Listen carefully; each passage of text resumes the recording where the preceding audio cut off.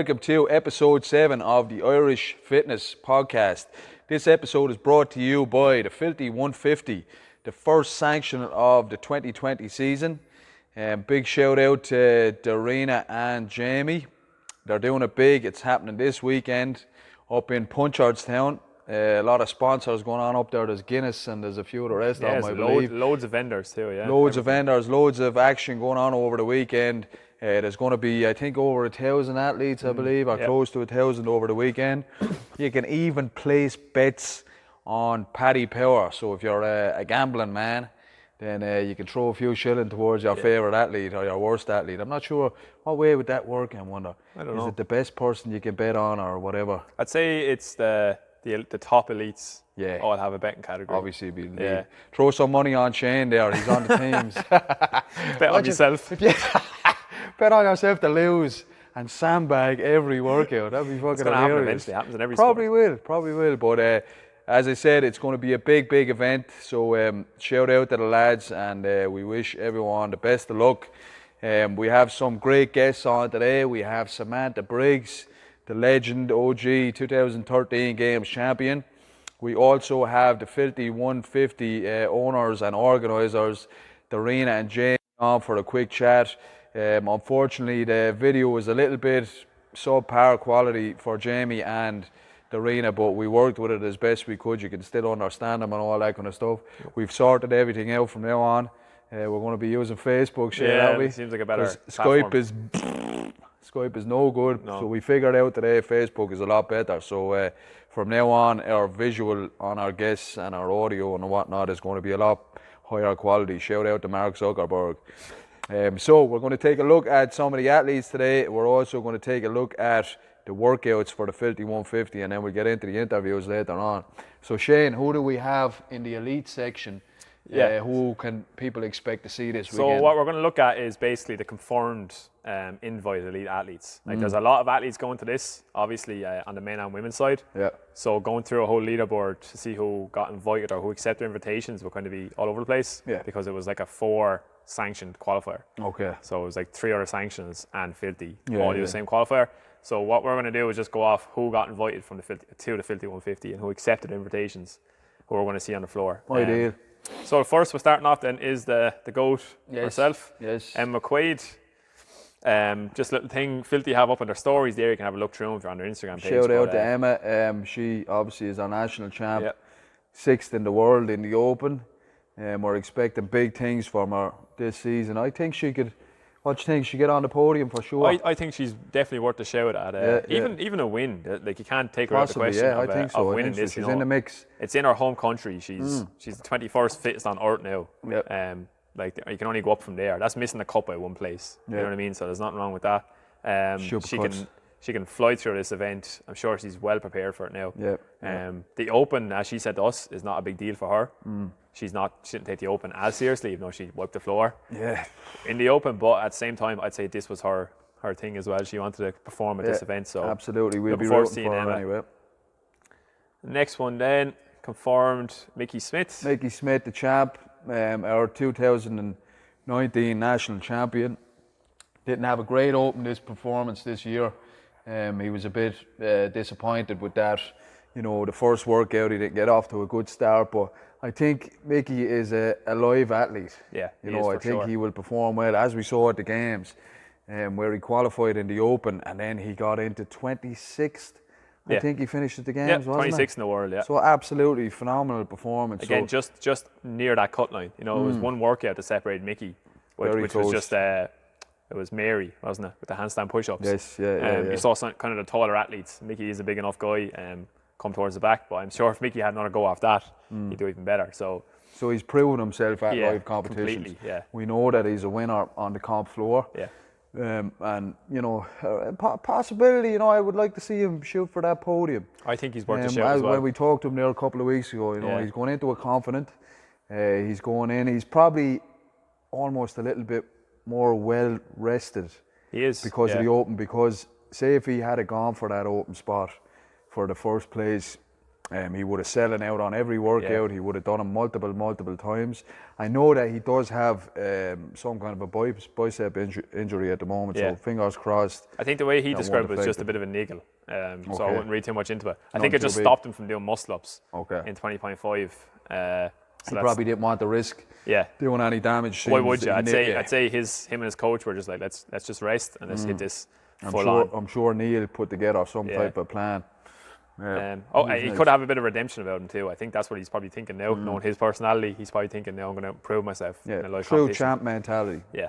So next on that is Dan Bailey. Dan Bailey, the OG of CrossFit. Yeah, real OG. I remember seeing him first on a video, a CrossFit video for the 2010 Arnold. Back then, to get to the games, it was before the Open started in 2011. So there was called sectionals, then there was regionals, and then you get to the games. So I believe it was the sectionals at the 2010 Arnold Fitness Festival. Okay. And I think he won that. There was a lot of good workouts. Some good athletes like Josh Everett was there, and Julie Fouché, I saw, and a few other OGs. So I'm really looking forward to seeing him back at it. He went on then to win the 2011 Open. Yeah. Went back and he did the last workout, something stupid. I think it was twice or three times on the last day. Jesus. Because he was leaderboard. I heard him say that recently, actually. I watched a bit of his YouTube channel. Yeah. And he does some workouts with some other games athletes. But he was talking about that. Because people actually forget that he won that Open. They all think it's he won Rich the 2011, beat Froning in the thing. I think Froning took over from there, so people kind of just assume it was all Froning. Dan Bailey's been in the game a long time now. Oh, he's super experienced. I think he was once considered the fastest man in CrossFit too. Yeah, he's a 400 runner, wasn't he? Yeah, I think he was a hurdler, 400 or something. Okay. So whenever those things are at the games where they have to go through the pylons and the quick turns, that always suit him. Did you ever see? There's a great video of him. It's on one of the games clips or whatever. It's a slow motion video of him jumping over one of the hurdles, and his glasses fly off mid-air, and he catches him. He catches him in the middle of the air and then keeps running with him. Yeah, that's and one of the more I think he might have won that workout as well. Yeah, I think he did. That was before Fraser learned how to sprint. yeah, that's it. Yeah. I'm excited to see Dan back at it. Good for that. And I can't wait to see what he's like, because he had such a long time off. I think he had two surgeries. Yeah. Was it his knee and something else? He fucked up his bicep. Do you remember? Or was it triceps? It was one of the regional events a few years ago had a load of dips in it. It was a 21:59. Pec tear. That's what it was. That was the year of pec tear. There was a lot of. There was about. I think there was something stupid like 10 tears over all the regions. Something mad like that. And obviously it was down to doing the dips at such high speed or whatnot. But these things happen. He has been very unlucky the last few years with injuries, so it will be a pleasure to see him back. I hope he does well. We saw him in the Rogue Invitational, didn't we, in the Legends division? Yeah. He was in that with Froning and the boys. Yeah, he did a few workouts in that. I wasn't taking that seriously, I suppose. It was the first glimpse of him. I'm sure he's after hitting the ground hard now for this event. Yeah. I hope he comes back to full form and we see him back in action. This one is up in the air for me. Kristen Holte. She came second at the games this year. Norwegian athlete, obviously one of the best in the sport. Savage, unbelievable. I did hear of her getting an injury, but I didn't hear of her actually pulling out the competition. Okay. Similar to Sam Briggs, who we'll talk about in a few minutes. Do you think she'd wait till the last minute, or would I'm not too sure what it is. Like the event's going to be starting, obviously tomorrow. From where we're talking at this date, but I didn't hear of anything. She had a slap tear in her shoulder, which is basically like a labrum tear in her shoulder. But she, from what I saw, what she was talking about on Instagram and stuff, she was still training away. Fingers crossed. So it would be lovely to see. Well, you can't get much better than the second fittest. No, she's an unbelievable. She deserves it too. I think she won the Open even before as well. Yeah. And she kind of came out of nowhere. Where did she place in this year's Open? I can't remember. It was somewhere near the top. I'd have to check that again. Okay. But I think this was her. She was planning on coming to that competition. Fingers crossed. Another one then, James Newbury, pretty sure did definitely pull out of the Filthy. Athlete. I think he fell off a bike. Yeah, he messed up his. What did he mess up? Was it his? It's like something to do with his vertebrae and his back or something. Yeah, he definitely came off a bike over the handlebars. Serious mountain accident, bike, wasn't it? Couldn't move when he got off the bike, so I think he stay away from the bikes, James. Yeah, he was 5th in the world at the games this year, which is amazing. But I think one of the best things I've actually seen in CrossFit was Newbury doing the ringer workout with the toaster rings and remember that one? There was toaster rings, again? assault bike, Yeah, and he just sent it. He did. I think he was obviously in the top 10. He made the cut, and he wanted to get as high up the leaderboard as he can. Yeah. Probably for that paycheck. Obviously, you would make a bit more money if you win the event as well. Yeah. And he just sent it everywhere. He went full send, as Emma McGrail would say. Exactly. And he just, I think there was like 3 assault bikes on the floor, and he full sended everything, and then just died to death when it came around to the next. I remember that. He started fading towards the end. That's what happens, man. Yeah. You go off too hot at the start. You're going to set yourself up, unless it's a shorter workout, obviously. But you have to know your capacity and know what the story is. I suppose there's nowhere you can't really go backwards there. You know, you're in the top 10 at the games. You can't go backwards too much. You're still going to be a top 10 athlete. And he said, I may as well go for it. Yeah. One of the last events. Put on a show for the crowd. Yeah. Hey, there's our buddy Sam. Sam Briggs, just having her on the podcast today. You'll see after the break. Obviously, probably the OG of OGs. Yes. When it comes to CrossFit. A decade. This year now, she's obviously going to go back to the games. Yeah. She's 100% guaranteed because of her placing in the Open being the UK's fittest female. Yeah. So she already has a place locked up. But this will be her 10th games, I believe. It's amazing. Now, she was there as a master, but she was still competing at the games. But this will be our 9th individual, and then obviously 10th time to the games. So that's a phenomenal result for Sam. So a decade at the top of the sport, not just in the sport, really at the pinnacle of it, you know. She's not just taking part, like she's there to win it. Yeah. As we saw in the sanctionals in Dubai, and was it the Australian? Yeah, she got on a plane with Australia, won that as well. So she won 2 sanctionals last year. That's no joke. So not at all, man. She's a real contender for the podium now this weekend. Really good interview with her. You see coming up as well.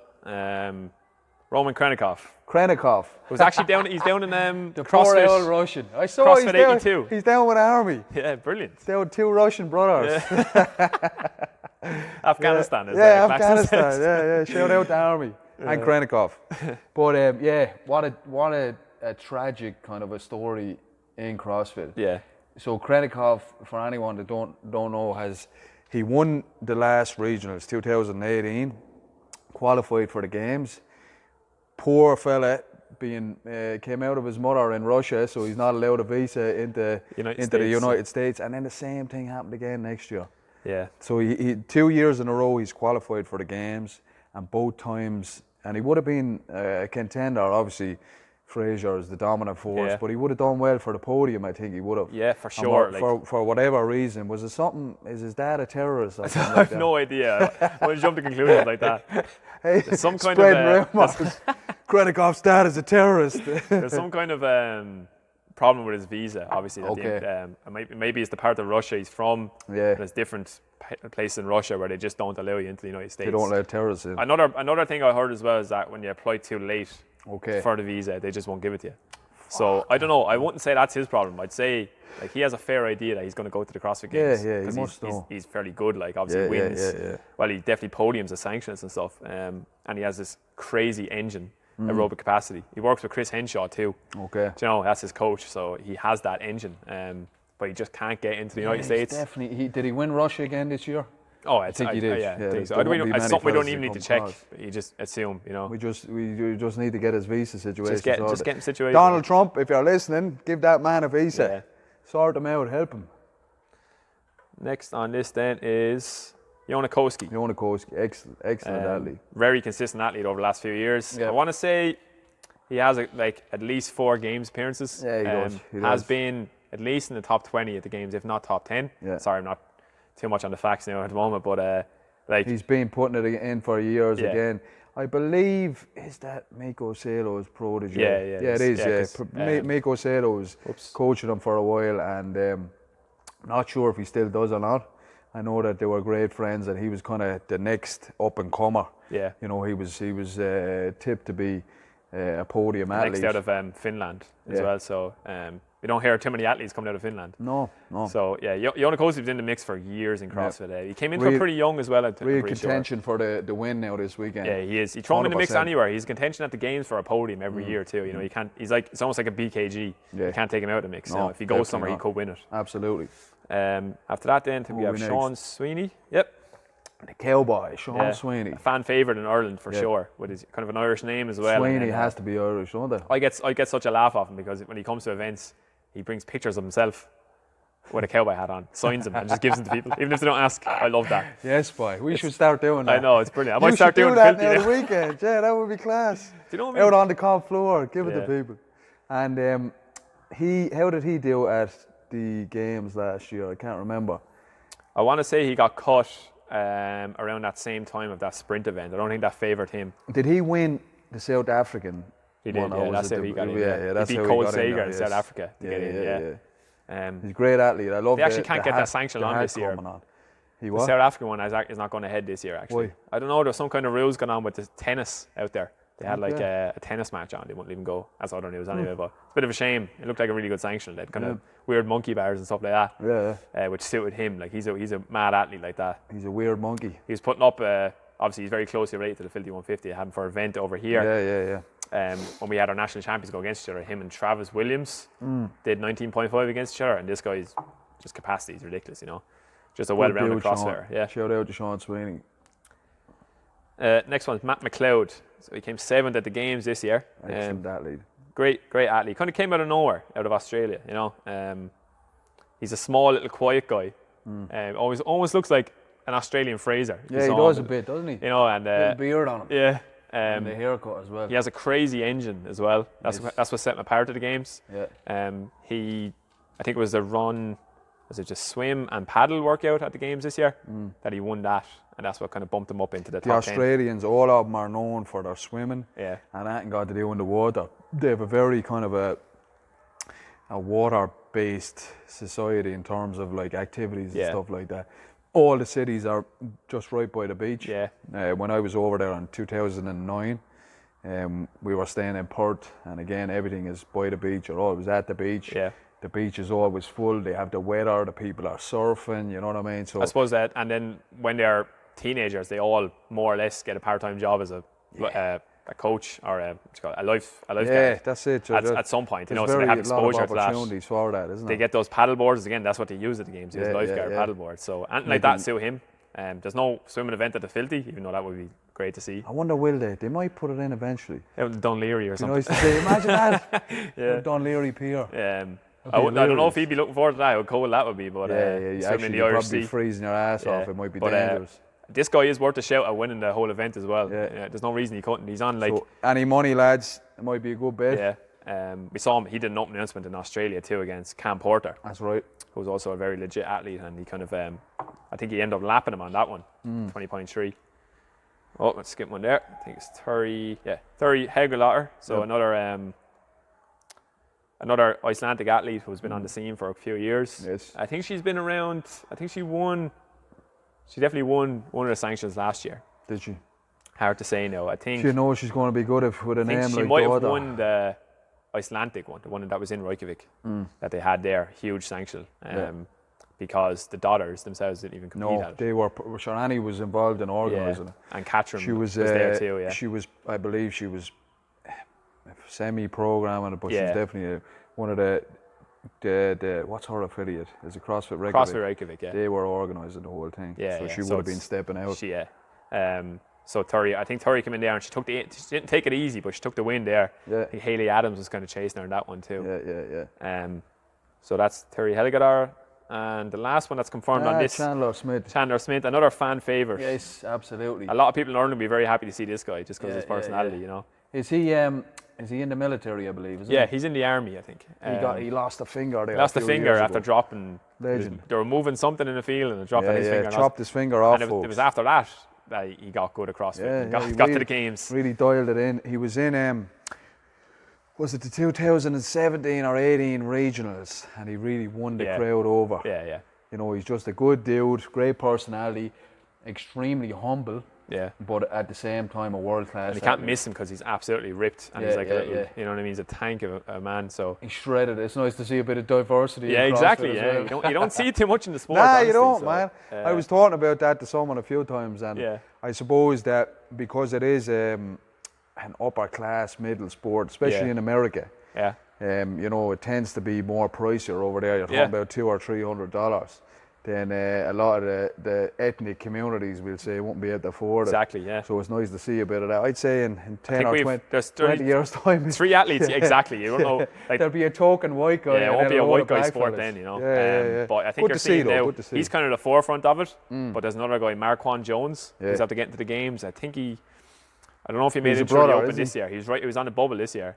And he was great at the games last year. And he went to a few sanctions and made a name for himself. Before that, it was Easy Muhammad. Yeah, that's right. Yeah, big, huge weightlifting guy, you know. I saw him. Easy.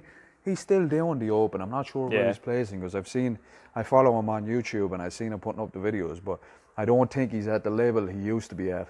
Yeah. You know, it must be very, very hard. Like the likes of Briggs and even Emma and stuff, to train consistently and stay injury free and to keep it at that level and to keep the drive as well. You know what I mean? Exactly, for that period of time, it takes an awful lot of dedication. Yeah, it does, for sure. Super. You have to be, I think, like any of the outliers or the successful people in any sports, they have to be obsessed. Exactly, yeah. You have to be obsessed. You can't keep that going for that long, you know what I mean? So what we'll have a look at next is... That was all the invited athletes. Yeah, invited athletes. Actually, we give a shout out to Sam Stewart as well. Sam, qualified through that. Came second in Ireland this year. Obviously, a very, very good athlete. Young athlete as well. Missed out just below PD Savage. And PD actually pulled out of Filthy 150 after qualifying as well. Just took a smart route of it after doing the whole Open. He did. He put up on his Instagram, he thanked everyone. He said, look, he's after qualifying for the games already. You know what I mean? The Open was only a couple of weeks ago. I would imagine that it took a massive toll on his body and his mental state as well. Yeah. The pressure that himself and Sam must have felt going back and forth like that for the 5 weeks basically, because it could have been either way. It could have gone to either of them. I would say physically and emotionally you have to be beat up coming out the other end of that. Now Sam doesn't have the place, so he has to go. He has to go try it. He has to try and he has to try. When we had Alan Burnell on the podcast, made a very interesting point when we asked him what he thinks about the finishes, and he thought that Sam has less pressure than any of them on him. He really does. Sam has all the opportunity in the world to prove himself. Yeah, absolutely. The Open, he proved himself in the Open, obviously. Yep. But the Open is not such a pressure thing filled with like now. It's another year to the Open, so he has nearly 30 sanctions to get to if he wants to. Line up some of those. I'm sure he will. I'm sure we might be able to get Sam on. If you're listening, Sam, we'd love to have you on now in a few weeks. I'll give you a shout and we'd see if we can organise something. So we'll have a look at workouts. Individual elite workouts for the 5150 as they were announced. Now this is just on their Instagram stories, so these are kind of, the order of them is not in order. So I know the first event is the handstand walk one. We'll get to that eventually, I'm sure. But this is the first one they kind of announced as they threw it up in their stories. So this is event 4, which is Galen. I think a lot of these are actually named after Greek mythology, which is really cool. I think that's it. There's another one that's named like that as well. I don't know, I'll look it up eventually. But this one is the unbroken rope climb and running 400s. So for time, it's 2 unbroken rope climbs, run 400, 2 unbroken rope climbs, run 400, 2 unbroken rope climbs, run 400, nice and quick. And finish with the rope climbs. Nice and quick. Yeah. So they're running a total of 3 by 4. The rope climbs, I wonder, is that 2 by 2 or is it 2? It's just, I'm doing it myself in the box competition. So you can go up any way you want, but they're off the floor like regional style. Yeah. So you go up, I think they're about a metre off the floor, and then there's a 60 centimetre tape line on it. Right. So you can climb like a regular rope climb we would. I think it's on a 15 feet like we have here in the gym too. Touch the top, you have to come down legless. Can't use your legs on the way down.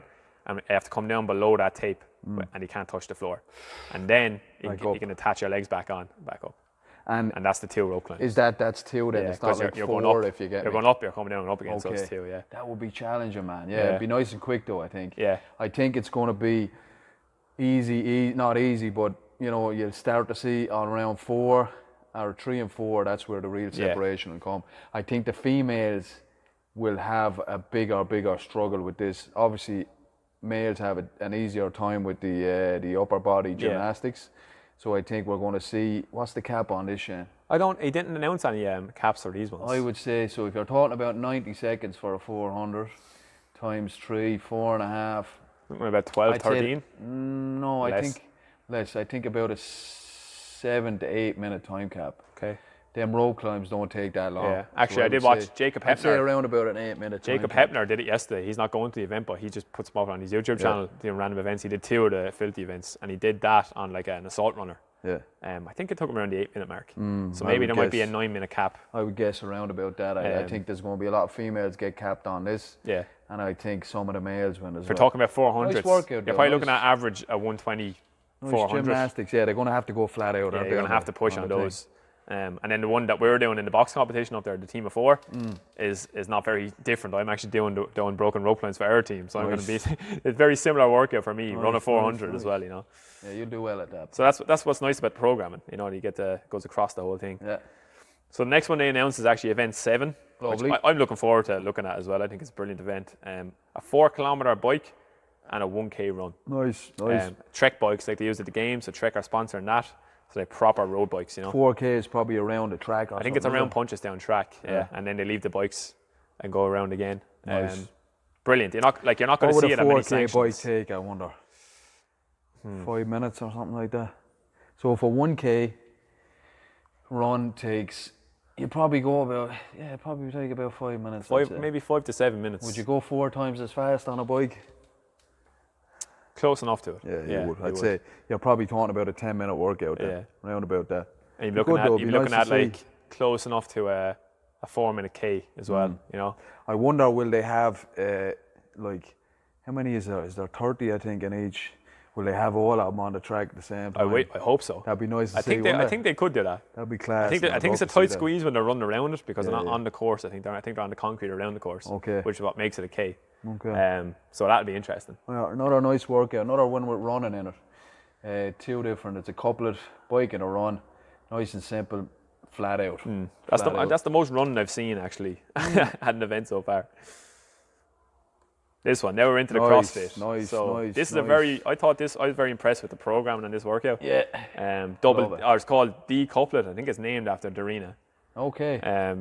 Just as a kind of paying respects to her and paying respects not I the other I wonder can she do bar muscle ups and I think she does one time. Unbroken. She might do, yeah. I think Darina go unbroken on this. One thing I saw about this 2159 is obviously the Fran, where that comes from, like the typical the classic CrossFit, which we one. Love to see in here. And I mean, you are nerds about that kind of stuff, so we love that. Man. We love the 2159. You have to pay respects to your heritage. Yeah, exactly. But what it is like I think you have to take the barbell off the floor. Oh, nice. And back squat. I'm pretty sure that's it. So you're putting in a clean. Them guys and girls, they'll only have to do that once. They'll power clean it. They'll flip it over their head with a nice little small jerk onto the back.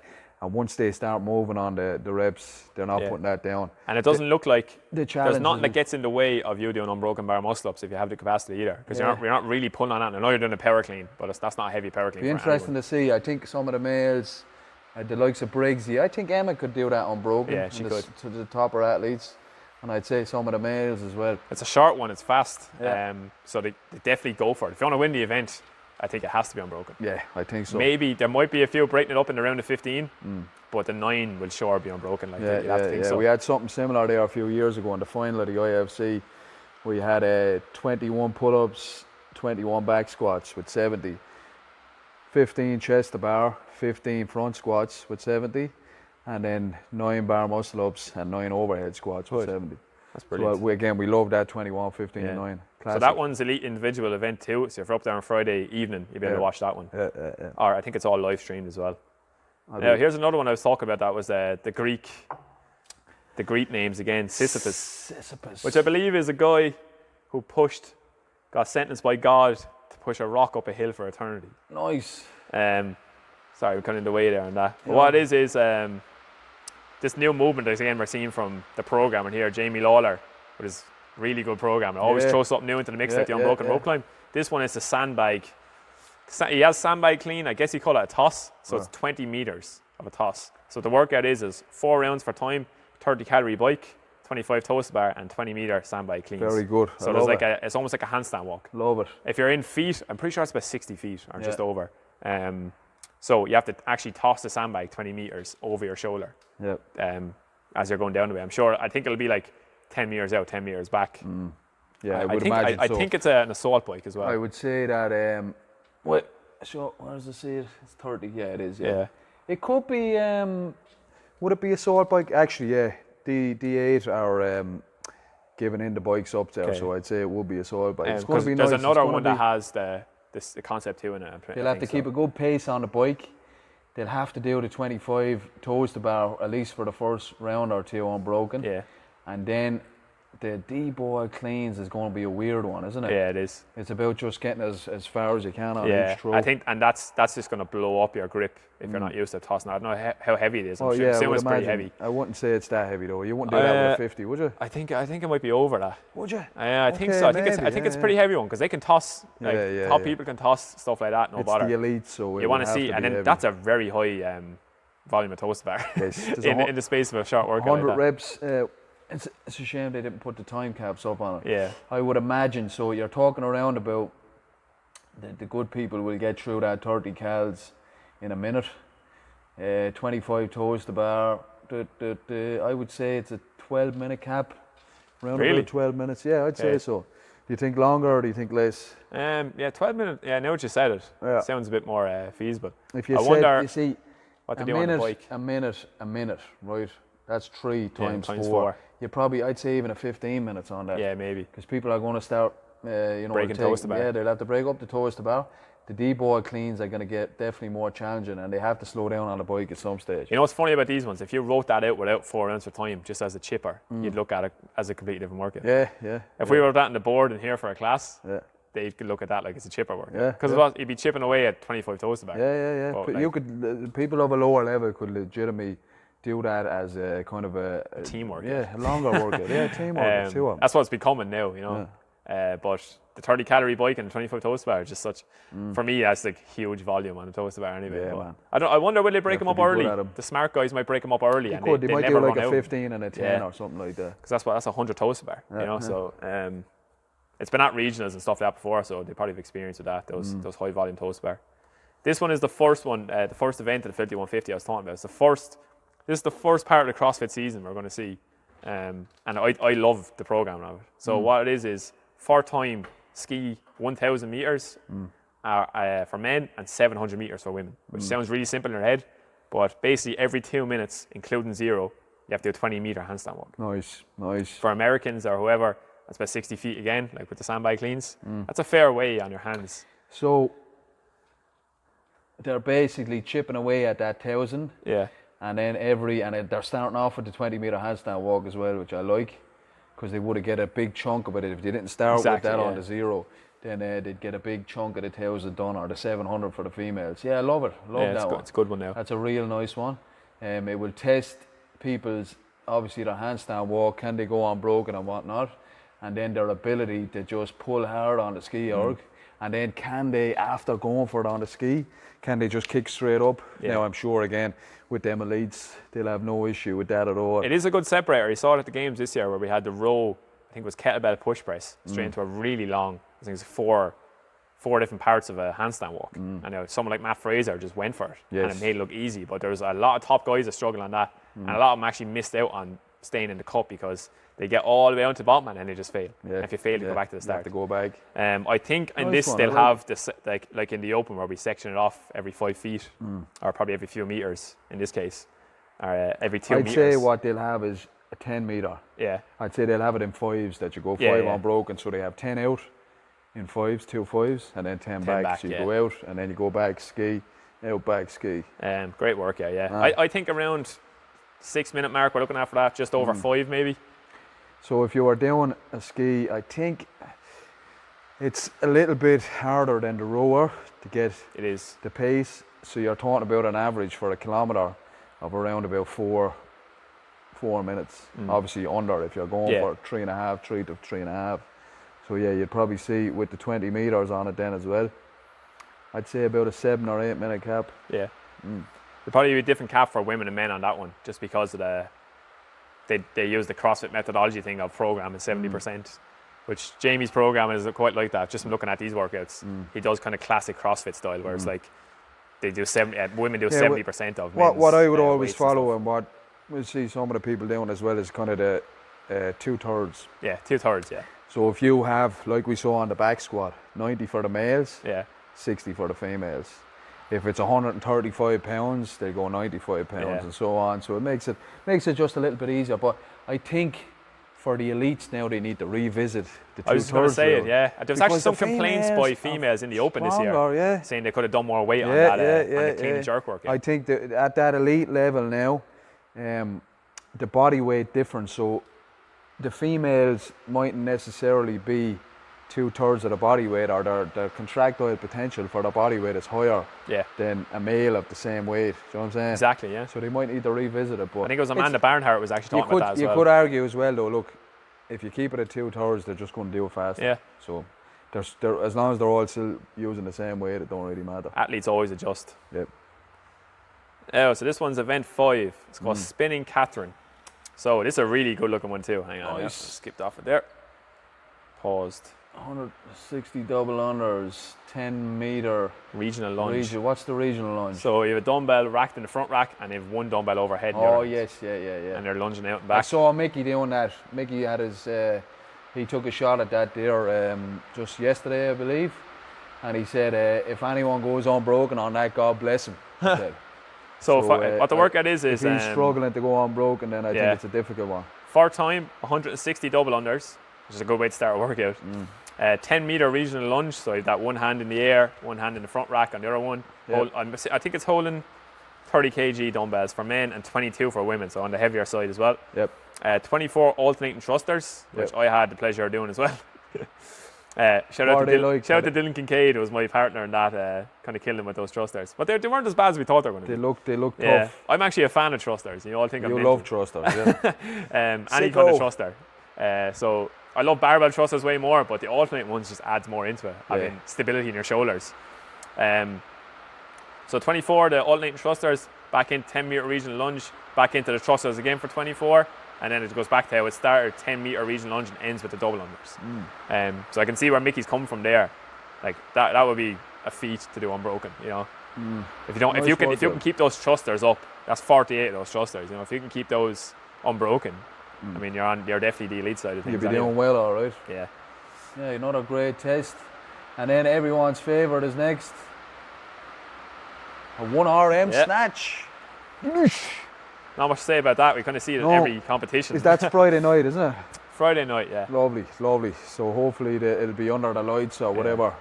I know a lot of the athletes were during comment on the post when they posted this up. They were so excited, like Adrian Mumweiler. Everyone loves a big barbell. Everyone like that. Anyone who's been to the games, they love to see a snatch come up like that. So any kind of a 1RM is always a crowd favourite. Yeah.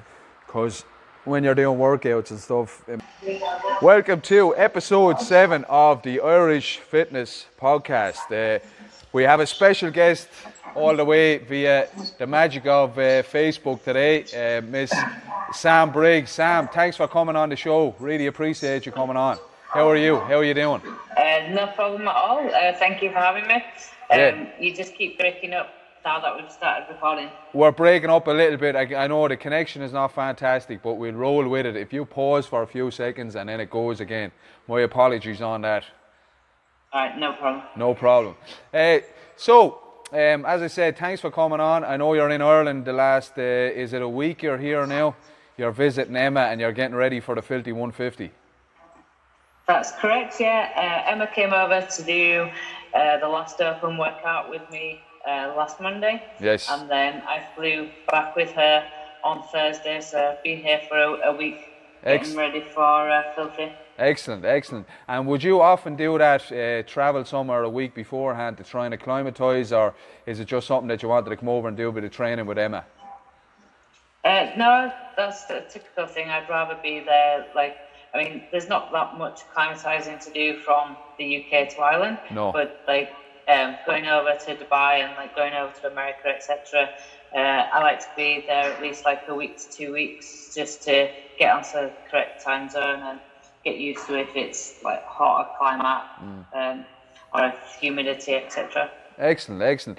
And it obviously worked for Dubai this year. You went over and you won it. You cleaned up. What did you think of the competition? And are you going back again this year to defend your title? Yeah, loved it last year. Went in with no expectations. The plan was to do as well as I could in the workouts that we knew we could do well, and then just try and enjoy the other workouts. and I think that plan ended up being a good one for me. I'm excited to go back this December. I think big competitions like that are always fun to do, just because they can throw in different stuff. Like, it's not many places you can go and do a desert run. Yeah. No, it looked unreal. What was your? I just saw the film there. It was just released on a few of the platforms. What was your favourite event? The desert one looked tough. The run in the desert looked really tough. Yeah, I wouldn't say that was my favourite event. I don't know. I definitely remember the most painful event, which was the acid bath. Oh yes, yes. It's a great one. That's in firm rotation here at CrossFit Waterford now on the programme since then. Was that conceived over there? Is that the first time we saw that? Yeah, that's the first time. Yeah. Brilliant, brilliant. What was your time on that? I can't remember. I can't remember either. I came joint second with Michaela Norman. Laura Horace just beat us both, and then we came off the bike at the same time. Nice, I think everybody was around the 5 minute mark on that one. 5 minutes or sub 5 minutes seemed to be like a pretty legit score on that one. Yeah, I think the time cap was 6 minutes. Yeah. I think some of the top guys were like the 5 minute mark, and then the top girls were like just under that 6 minute. Okay. Woo, yeah. that was a tasty one. So you had a pretty good you had a pretty good run of things last year. So just a little background on yourself. How long have you been doing CrossFit?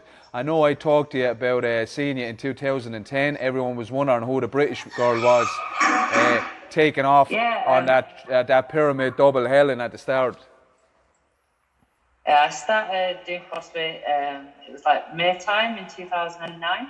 Right. And then went to my first games the following year in 2010.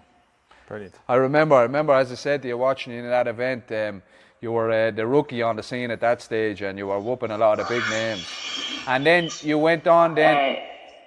I can remember the commentators were all saying that I'd gone out too hot and I'd not been able to sustain the run. Yes. But the run was one of the only things that I was good at the games that time. Well, you certainly shored up all the weaknesses anyway. In 2013, you went on to win the games. What was that like? And obviously, every CrossFit Games athlete wants to get onto the podium, but to actually reach the pinnacle of the sport, it must have been an amazing experience. So I was injured in 2012 and had to withdraw from the Open that year through a knee injury. So 2013 was kind of like 2 years in the making. 2011 I finished 4th place. So the goal was always to like get onto that podium. So it just took me 2 years of training to make that a dream come true. Okay. And Sam, what do you think, in your opinion, sets you apart as like longevity in the sport? You know, you're nearly a decade in the sport now. What do you think? Is it recovery? Is your sleep? Or what do you think in general? Sleep's definitely become a big thing the older I've got. Like you wanted to do the podcast the other night at 9 p.m. I go to bed at 9 p.m. Recovery definitely is important. I think the good thing about CrossFit is the variety in training. So as long as you're sensible with your training and recovery, I think that you'll see athletes that are able to be around for a lot longer than in other sports where you're typically just hammering one kind of domain. It's the same as like Annie. Their first games was in 2009, and she's still like at the top of the sport as well. So I think it's cool that you can see some of the original CrossFitters like still going and still being competitive. Yeah, I love it. I love the fact that you are still, some of the pioneers of the sport, like yourself and Annie and a few of the rest of them, are still at the heights you're at. In terms of training, have you had to change much over the last few years? I know that you're a master now and you're still competing with the young guns, but have you dialed back at all, or is it still the same volume, or is it just you're being smarter with your recovery?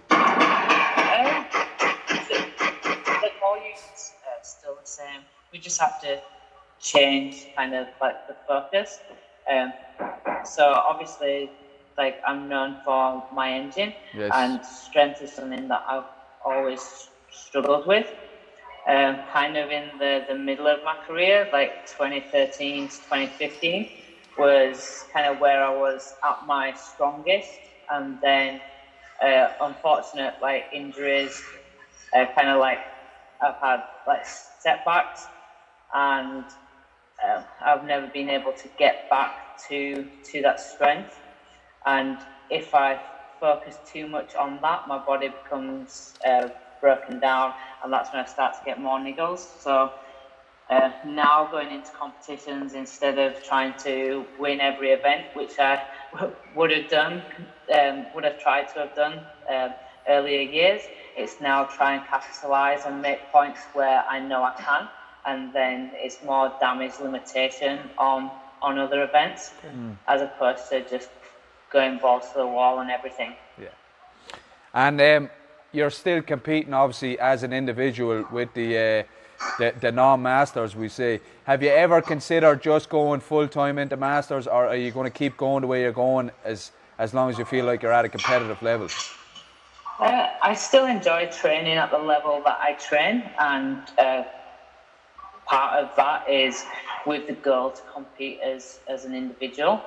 As soon as I'm not able to be competitive, or my body can't handle the volume that's required to still be an individual, then obviously I'll have to like taper off, and whether that means that I go down the masters route or maybe a team. I love competing, so I don't think I'll disappear from the sport. I just might take a different avenue. Yeah, I think I love the fact that there is different avenues now. You'll see a lot of the X Games athletes going team, and they're becoming very successful on the teams as well. So they can still set their sights on the podium, we'll say, and still make a good run of it that way. I like that. It's nice. Sorry, to be, just tailed off at the end. I didn't hear. Yeah, sorry. I was just saying that it is a great. The beauty about the sport at the moment, again, it's not just okay. Once you stop being competitive as an individual, you're done. You have the avenue of the teams, which a lot of the games athletes are doing, and then obviously going into the masters then as well. So there's many different ways to compete. Say the older we get, or the less competitive we get in terms of reaching towards the podium at the games. No, definitely, and like as an athlete, you don't just want your career to kind of end. So no. It's nice to know that there are still like avenues that, even though you might not need to necessarily invest as much time into training, you might be able to start to have a little bit more of a life balance. Yes. But you can still then like satisfy your competitive edge. By like the team, or even like just having the goal of going to a few sanctionals. The games might even not be a goal anymore. It might just be a few sanctionals. There's more and more popping up. I mean, I think there's like is the 38 or something like for this season. Yeah, something like that. There's a lot of opportunities to still compete. Yeah. Sam, that actually leads into the next question. So I was going to ask you just about your year in review. You kind of had a great year in terms of sanctions. What do you think about the new kind of system that is brought into CrossFit? And do you miss regionals along with that? For me, like I love the idea of the sanctionals. Obviously, 2018 was my elbow injury just before regionals. So I missed regionals and couldn't go to the games that year. Still competed as a master, but because I couldn't do regionals, the individual route was out for me. So it just means that there's multiple chances rather than you have one shot through regionals. So if you have an unfortunate injury, or you have a bad weekend and don't perform at the level that you should do, there's multiple chances for you to try and make it to the games. Okay, yeah. And as an athlete who loves competing, it means that I can choose like 4 or 5 like big competitions that I want to do throughout the year. rather than just focusing on regionals and then just focusing on the games. So I definitely liked the sanctionals. Do I miss regionals? Yes, I think they were definitely a special type of competition. It's kind of the games for those areas. Like in Europe, a lot of people can't afford to go to America, so you would always get huge crowds at the European regionals. Yeah. So they were definitely a special competition. But I do like, and I feel that some of these sanctionals will grow bigger and better than regionals ever could be. Yeah, I think you're right. I think the Filthy 150 now coming up this weekend is proving that, you know, the scale that they're doing things on up there is unbelievable. Shout out to Darina and Jamie. You know, to have Guinness on board, and you can actually go into the bookmakers now and have bets on you, believe it or not. Did you see that? I think because every sanctional is individual, and like we're going to be getting the bike event. Yeah. Whereas regionals all had to be uniform and every regional was the same. Yes. You're going to see different competitions bring in their own unique twists, and throughout the year you're going to see like people qualifying through all sorts of different events, which will then make the games, I think, even more cooler, because you will get a different caliber of and different types of athletes qualifying. And then that's the whole point of CrossFit is then when you put them all together, who then comes out on top. Yeah, absolutely, absolutely. And in terms of your plans for 2020, what sanctionals do you like sit down at the start of the year and pick a few? I'm sure you get plenty of invites, and you'll be going back to defend a few of them. Are you like aiming for a specific amount of them, or what's the exact plan? So the plan was for 4 as an individual, and Filthy and Dubai, and then the plan was Waterpalooza and the Rogue Invitational. On 20.4, I injured my foot, so things are going to be a little bit kind of play it by ear. Obviously, I'm here this weekend, and the plan is still to compete. But it will be very much led by how the foot responds. I've been training and I'm pretty much like back, my lifts are back at like 85 to 90%, but it's very different doing things in training and then doing things full throttle with adrenaline. So depending on how the foot reacts this weekend will depend whether I still do Dubai, and then we'll just be playing the rest of the season by ear. But those were the 4 that were scheduled in for me. Okay, and is it in terms of your foot, is it like did you get an X-ray or anything like that? Is it broken bones, or is it just bruised, or what's going on? I had X-ray and MRI done on the foot. I had bone bruising, and I've sprained the bottom of the big toe and then the top of the 3rd metatarsal. Ouch. And luckily there was no tears, so it's just been like trying to look after it. And at the moment there's no jumping, and look who's here. Hey, how you doing, Emma? Hey. There's been no jumping, and so far the workouts for Filthy, the only one that's potentially going to be an issue is the one with the heavy double unders, not heavy, so a lot of double unders, and then the walking lunge, because it's going to be the flexing of the foot. Oh, okay. So I've not tested that workout out. That will be one that's left till to the day. You'll have to strap it up and get on with it. I will have to shut up and just get on with it, yeah. I heard, did I see on Instagram that Miss McQuaid tried to take care of your other foot? Yeah, and then you talk about that, I'd stop there. I'm sorry about that, Sam. My apologies. Do you know what happened, right? I think I saw it on her one, and I thought it was her foot, and I thought that she said that you did it to her. So I was like, ooh, that's an interesting twist on things. So my apologies. Emma decided to drop the bread knife into my good foot. Do you think she was a bit worried about you getting ahead of her this weekend? I think she said she was trying to take away the pain from my other foot. Okay, that makes sense. Yeah, that's pretty logical. If if the good foot hurts more than the bad foot, then you'll forget about the bad foot, isn't it? Exactly. So she said that she was actually trying to help me. Okay, yeah, that makes sense. That makes sense.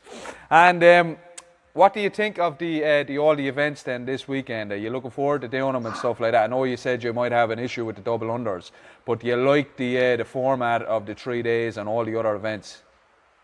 Yeah, no, I'm excited to get going now. I've had a play about with the other events, and I think it's going to be a fun weekend. There's only 2 events that we don't know yet. Yes. So I'm looking forward to it. Excellent. It's always hard as well in the run to a competition. So obviously today we're not training properly. So we just want to get started now. I'm sure you'll smash it. We put a thing on IG for a few fan questions. So Shane is going to shoot you a few questions now. Is that okay? Yep. Okay, so Sam, the first one is, seeing as we have Emma here right now beside you, who wins more often in training between the two of you guys? Emma beats me more often in training. Oh, really? She's good at like going into that pain cave. Okay. I'm better at just being nice and paced. I find it hard to push myself to that level when I'm not in competition. Okay, brilliant. Second one then is, what male do you think will win the 5150 this year, or who has the best chance of winning? What male will win? Filthy, did you say? Yeah. Yes. So far the workouts look good. I think it'll be a battle between Monday and Koski. Okay, Yeah. Munweiler and Koski. I think Koski has a good shot at it. Yeah, he does. He's been at the games a lot of times too. Sam, what did you do before you started CrossFit? Before CrossFit, I was a firefighter and competed in amateur triathlons. Oh, yeah, that's where the engine comes from then, I suppose. Yes. Yeah. Next one then is, what's your best advice for a Masters athlete? What's what, sorry? What's your best advice for a Masters athlete? Recovery.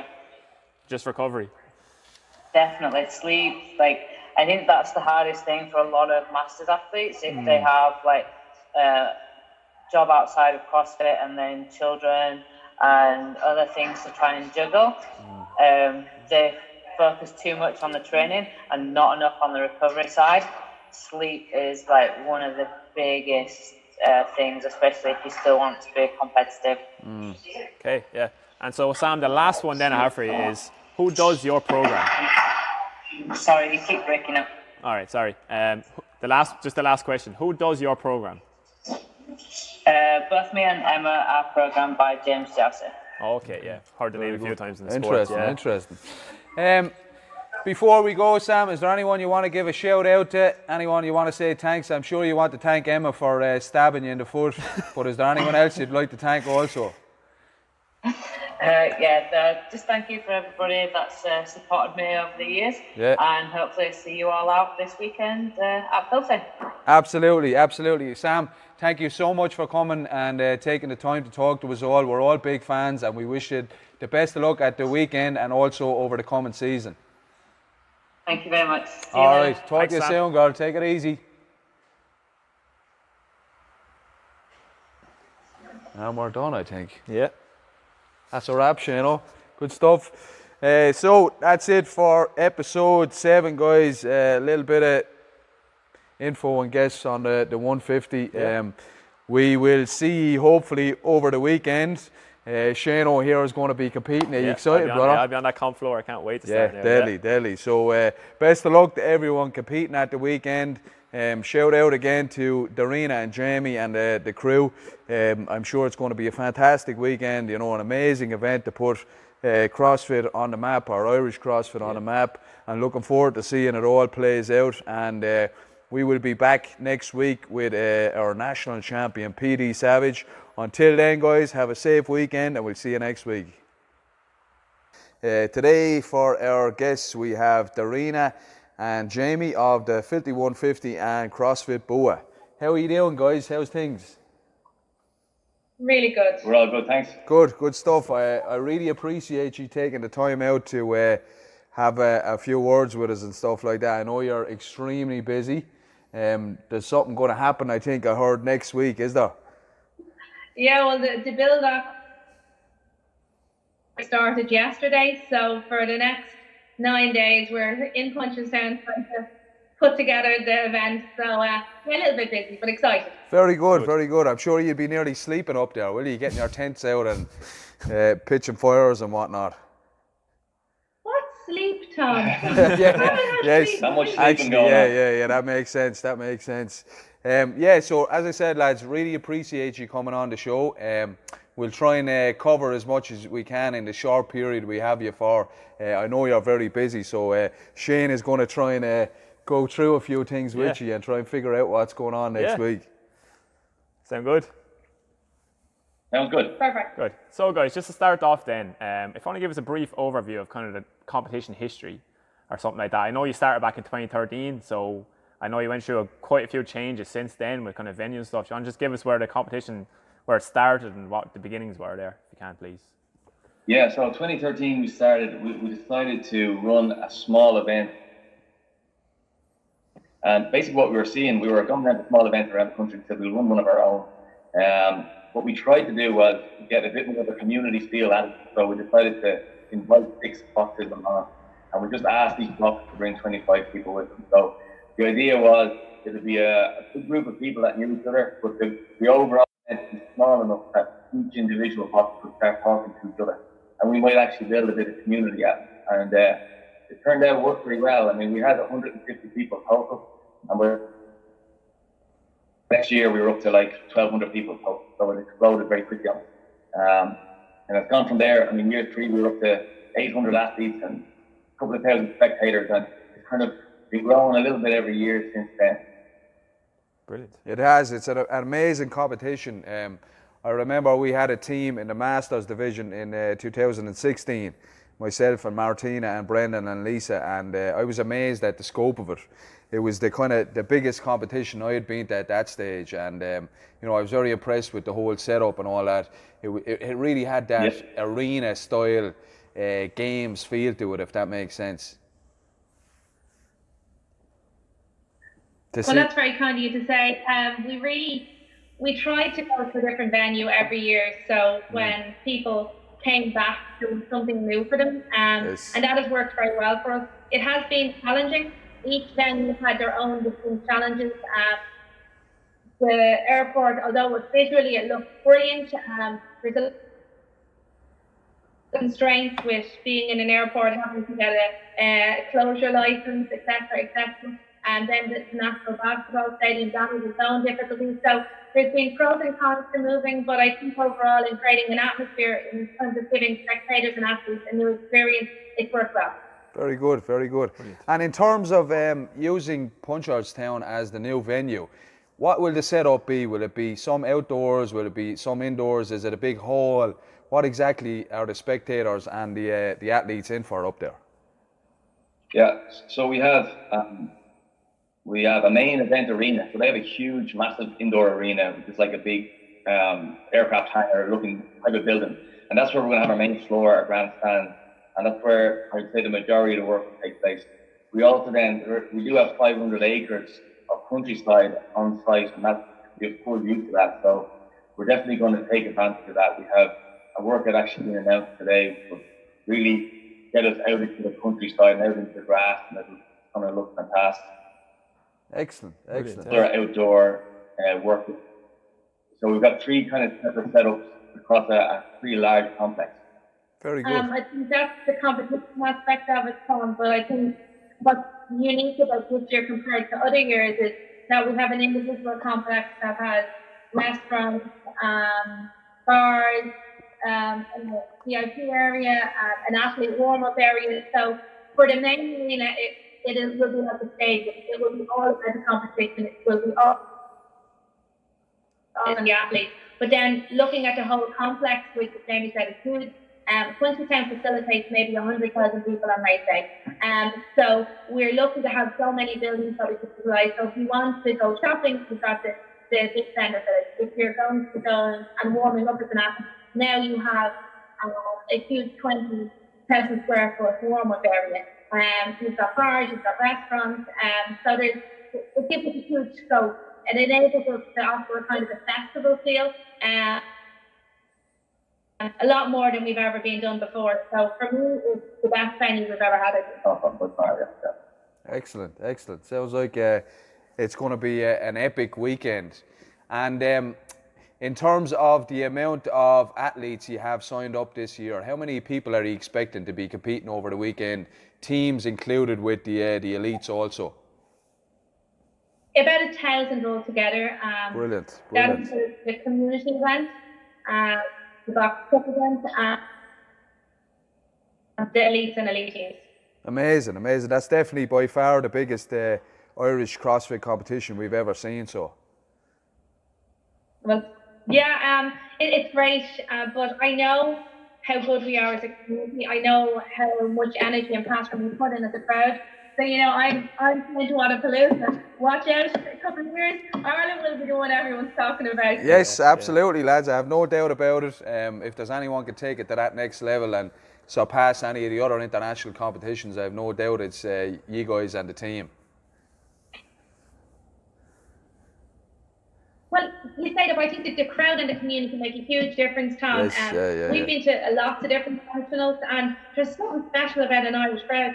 There really is. We really get behind there, you know, and you don't see that at other events. So No. I'm really looking forward to the athletes experiencing that wow moment when they walk on and they hear everyone scream for them. Brilliant, brilliant. Yeah. Yes, I 100% agree. It's the same, I think, with any Irish sporting event, be it, you know, Conor McGregor fighting in the UFC or a rugby match or a football match or whatever it is. There's definitely something special about what the Irish fans bring to an event and the energy they bring as well, you know. Yeah, I remember at 19.25 here at Brewer, not Sweeney finishing the workout, his last chest of bars, and the crowd burst into ole ole, and no one expected it. It just happened, and I think that's what we can bring. Like if the Irish crowd, so we can show the world that we can create something unique to come to Ireland. And that's what I'm looking forward to. Absolutely, absolutely. I kind of feel I work a bit for. Tom, I kind of feel at the moment I work for Board Fáilte. I keep telling everyone how great Ireland is, but it's easy to do because I genuinely feel it, you know. Yes. So it's yeah, I'm looking forward to that moment when, say, Sarah walks onto the floor and she hears a couple of thousand of Irish people scream. There's going to be magic for that. Yeah, absolutely, absolutely. Sure. So, guys, even looking at the scope of the competition seems to be like growing massively just because of the caliber of athletes you've kind of got confirmed for the event. Were you expecting that, say, at the start of the year when you knew you were going to be sanctioned to be like nearly like up there with the CrossFit Games, as in these like games level athletes that you have? Were you expecting that? Because they coming down the pipeline every single time. Yeah, you never really know until you start advertising the event and you start getting in touch with athletes what the response is going to be. But in fairness, it's been huge, and I think genuinely all the athletes want to come and see Ireland and they want to come and see what an Irish event looks like. They're genuinely curious about it. So as it's gone on and the names have rolled in, I think it's gathered a bit of momentum, and now we have, as you say, we have some of the top athletes in the world coming. And to be honest with you, it's the one thing I've always really wanted to see, the very, very top tier competing in an Irish event. Yeah. And it was kind of hard to see how it was going to happen. So to take the lead this year, I think we're very lucky, and I'm absolutely delighted. Yeah, it truly is, lads. I know the family. Yes, it truly is an amazing lineup that you have set up there. You know, as Shane said, it's on par with any of the sanctional events around the world, the likes of Waterpalooza and all the big ones. And to have that kind of caliber of athlete coming to see us here in Ireland is, I think, it's a real credit to you guys. So again, well done, Jamie. We were just wondering, we were talking earlier about the difference in programming now between for the elite teams, say, and the regular teams. Was it a big jump for you, or did you have to like rethink a lot of the things and rejig a lot of the things now that the game spots are on the line. You know, there's a big prize there in terms of that. Was it a difficult situation for you changing around your style of program and the program for the elites or program for the boxes?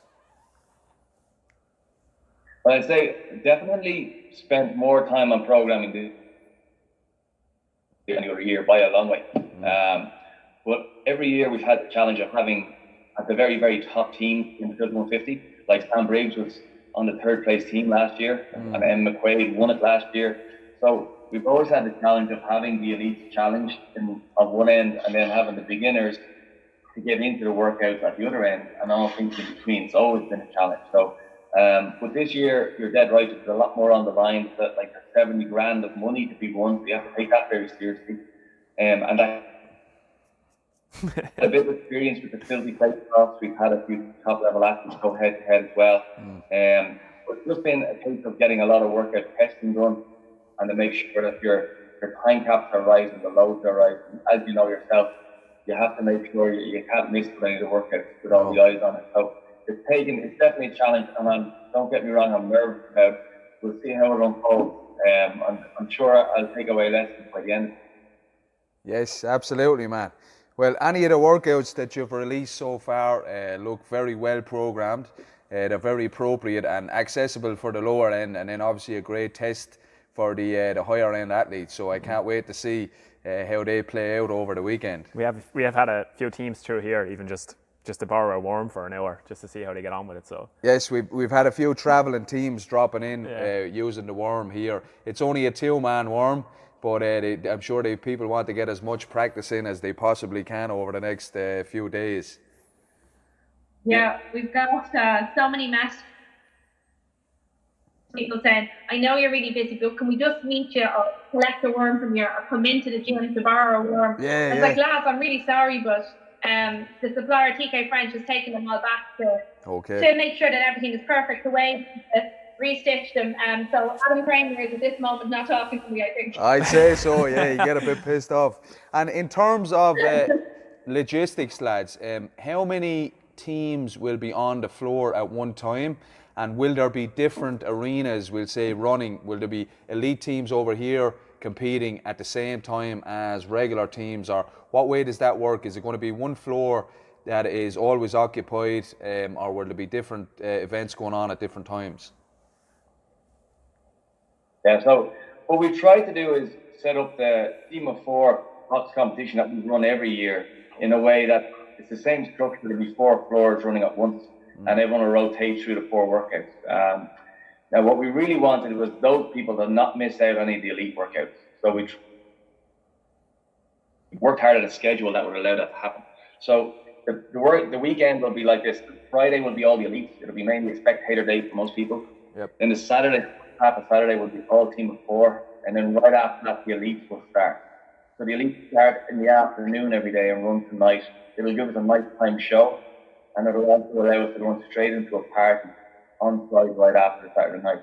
And then when we've got our hangovers, we can come in on the Sunday and just watch the elites finish out the competition. Nice. So it means everything, and there'll be enough space for everyone to do that and enough time for them to get around. That was an important element for us to make sure everyone gets to see those elites perform at the highest level. Yes. And to add to that, the timing element for us is very important. Sometimes when an event is during the day, it's very hard to see an atmosphere because it doesn't feel like it's a show. So we made the decision that we would go at night time. So it would be like going, you mentioned the UFC, where we have a proper light setup, proper production crew running the show. So it'll feel like you're at something like the CrossFit Games. It will feel like a night out as well as a competition. Brilliant. Okay, that sounds very interesting. So if I get that right, the regular teams on a Saturday will be on during the day, and then later on the elites will start that evening, is it? Late afternoon, yeah. Brilliant. So, and that will that be the same case on the Friday and the Saturday also? The intention is or the Friday and Sunday? No, the team competition, the box cup, the community competition, is 1 day, and the division is 3 days. Sorry, will the elites be starting in the evening time on the Friday and the Sunday, or will they start in the daytime on the Friday and Sunday? So on the Friday, we are aware that people are in work, so we are starting at like 2 in the afternoon on the Friday. So by the time people can get off, maybe get off work a little early, they can come straight to the venue and still catch the full competition, because it won't finish till 8:30 p.m. or something. So and on the Friday night we're going to have a big lift, so it'll be worth getting to that one. So that will start in the afternoon. We'll start in the afternoon on Friday, Saturday, and Sunday, and run into the night time. Brilliant, sounds good stuff. And you're going to catch that American audience too, starting a bit later, I suppose. Yeah, and we were very conscious that a lot of the games athletes from the US, and they're flying in on the Wednesday. We wanted to make sure that jet lag wasn't a huge component of their performance. So we wanted to try and stay on their time zone as well. Brilliant. So guys, just to touch on those open announcements that you did, that were super impressive. I know we all actually stayed up to watch 19.5 when we saw the two guys go head to head, and we thought it was phenomenal. With something like that, what goes into like even putting together an event like that, from doing your home gym to then going to Boston and putting together something like that? Is that very similar to how you set up the 5150? Like 19.5 was definitely. 19.5 was definitely the most stressful event we've run. It was so much more complex than a competition event because of the live feed element and the rehearsals and reset the gym. It was a different thing for us, but we learned an awful lot, and generally we were happy and pleased how it went. And then we went over to Reebok this year, or this month, to do it, and Reebok were absolutely brilliant. We're there. I mean, the setup was amazing. We got Armin and Justin to come back up for the pre-show, and the athletes were amazing. So in the building, it was a fantastic show. It was an amazing event. Unfortunately, we had some technical hitches with the feed itself, which kind of is a bit frustrating after going all the way and put all the work in. And Reebok were amazing at it. The feed wasn't great on the night, so that was a bit disappointing. But there's a full show up there on the Top of the Games website now. It's all cleaned up, and brilliant, yeah. We were pretty satisfied. Yeah, it was very surreal, especially in Boston. When we did the 19.5 with the production team here, and that seemed weird, you know. They were talking about hiring satellite space and, you know, stuff like that we'd never heard of. As the kind of camera stuff they do Monday to Friday, and Jamie goes to the gym. All this technical discussion for us was like, we have no idea what we're doing here, just wing it, just keep going. You know, rehearsals and stuff. And that we learned a lot. We went to Boston. It wasn't necessarily the show that was so weird. It was walking into a room and sitting at a table with Pat Fowler and Annie Purcell and Frank Kosensky, and they're going, all right, Darina, how are you? So we do this read through, and we go, hey. Actually, Jamie, when we got outside, said, how the fuck did we end up here? It just seemed mad. But it was great. And it was great to hear that they knew about it. Phil, people knew about the Irish CrossFit community. Yes. They were all talking about Emma. A lot of them would know of PD from the time he was at regionals and when he was at WIT in the UK. So our athletes were definitely front and centre. So that was really good to see as well. Yeah, I was especially proud to even see just an Irish accent. Hear you talk about the actual workout itself. Like I never thought I'd hear that. No, an Irish accent read out the CrossFit Open workout. I thought that was particularly special about the whole event. I have to say that's what I found bizarre, because it was like the like Chase Ingram and Austin and American athletes and all of that together, and then Darina in the middle of it, as you say, with the Irish accent. That was completely surreal as well. But I think she did an amazing job reading out the workout. She got the reaction that we wanted. Yeah, and there was even some heads turning at it. Yeah. Another way Americans are really good at talking and being clear and concise. Yes. And as someone who's Irish, I get very excited. So I'm probably not a natural presenter, but I definitely enjoyed it. No, you came across very well. You gave that Irish spirit, and we really enjoyed watching you present it as well. So well done, Darina. Fair play to you. Thank cute. Although when you look at some of the comments underneath, Tom, one or two of them was, "Is that girl drunk? Is that girl drunk?" Listen. No, maybe a bit too much. Take some advice from Joe Rogan. You never read the comments. Read the comments. Yeah. You don't do Very that. true. Yeah. And lads, so you're obviously very excited about next weekend, and I'm sure it's going to be a massive success. Have you more bigger plans now for the future? Or would you like to keep it at Punchestown, or is this all going to be like a test and to see how it goes, and then you can decide from there?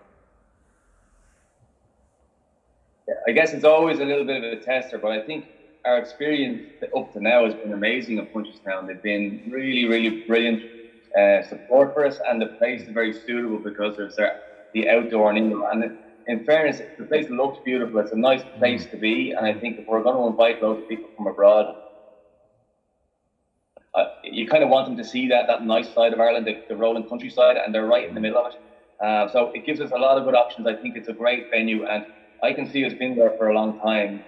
Obviously, every year you take it as it comes, but I think it's one of the best we've been. Well, I think that it's the biggest venue in Ireland, so I don't know where else space-wise we could go. And apart from that, as Jamie mentioned, it feels Irish. Like, we've gone to a lot of R&D with no folks saying what we like, what we didn't like, you know. And well, some of the sanctionals, for example, you could have been anywhere in the world. You're at the event and they were in a beautiful stadium, but that stadium could be replicated or plonked anywhere. It didn't feel specific to the country. When you drive down the avenue into Punchestown and there's those big oak trees and there's the rolling of the green, you can't miss here in Ireland. So, like, we did look at the Orient, and we did look at City West and think, okay, they're good venues, but they could be anywhere. And we really want people to maybe take the time to go up to Blackington, drink in a local pub, to feel like they're in an Irish village. So unless we can find something that can replicate that, I think Punchestown is our home for the foreseeable future. Okay. Brilliant. Sounds good. Yeah, guys, so just coming away from the competition, because we kind of covered all that, CrossFit BUA itself, I think on this show we wanted to start highlighting kind of Irish affiliates, especially if there's some gym owners on the show like yourself. So do you want to give us kind of a background, even just a quick one, of CrossFit BUA, how that all got started and the history of that? Yeah, so we opened in 2012, and we were CrossFit Swords because we were in Swords at the time. And when we moved here like a year ago, we moved the other Swords down into Santry. And yeah, the new facility, like the old building was big, but it was absolutely shite. To be honest with you, the walls had fucking wind blowing through them. So the new building is fantastic, and the facility feels nice and comfortable, and it just keeps getting busier. So I couldn't be happier. I can't wait, in one way, for season 50 to be over, to come from spend a bit more time in the gym and get back into the coaching a bit more, because it's been I've had to focus on the event a little bit more in the last couple of months. So yeah, it's going really well, and couldn't be happier. Brilliant. If you ask Jamie what he wants, he always says be a coach. Yeah. That he never wants to be an event organizer, so that's not my fault. So yeah, the BUA is his first love, definitely.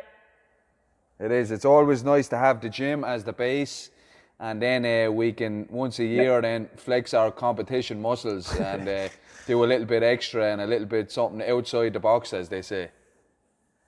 Yeah, no different to yourself, Tom. Yeah, and we'll be back then. It's the first week in July, isn't it? Yes, every year. Sure is. First week in July. We're going to do the same again this year. We're going to go for the 3 days with the RX, and then we'll have our different divisions on the different days.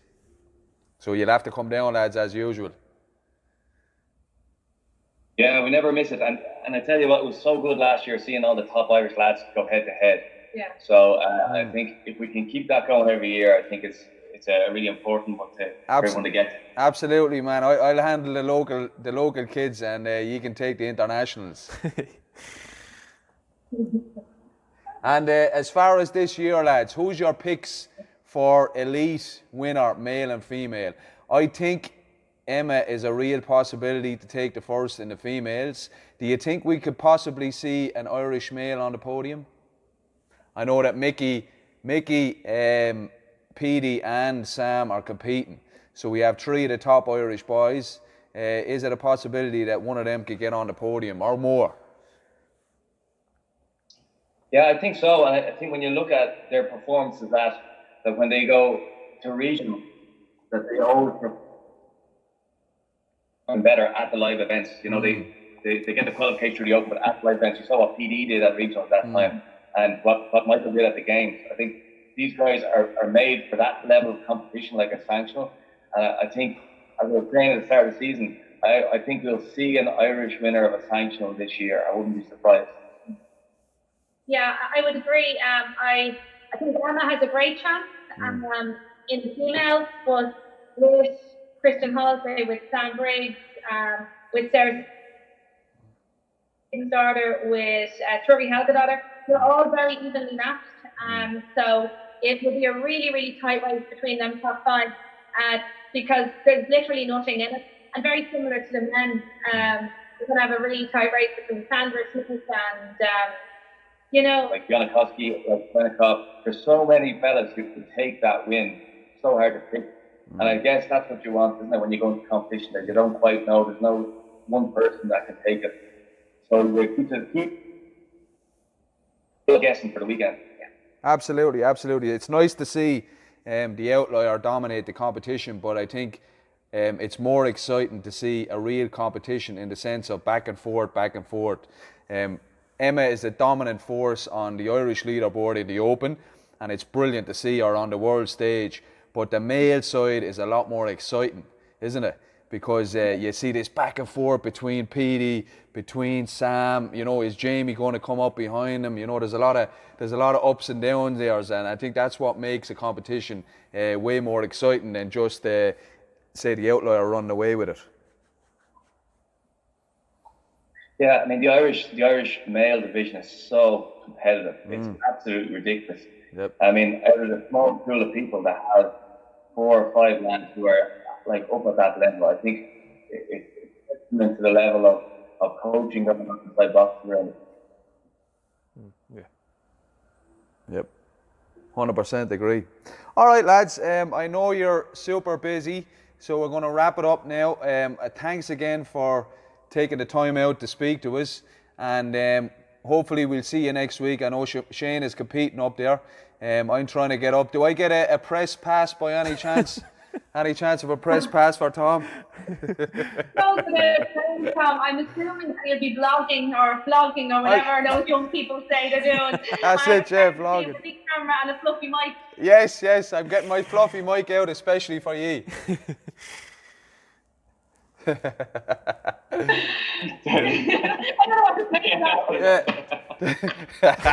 know what to say. What could you say? Say thank you very much, Tom, and I'll see you next week with your fluffy mic. Thanks, lads. All right, lads. We'll see you soon. Take it easy, guys. Good luck. And that is a wrap for today's show, guys. Thanks. I'm sorry there was a little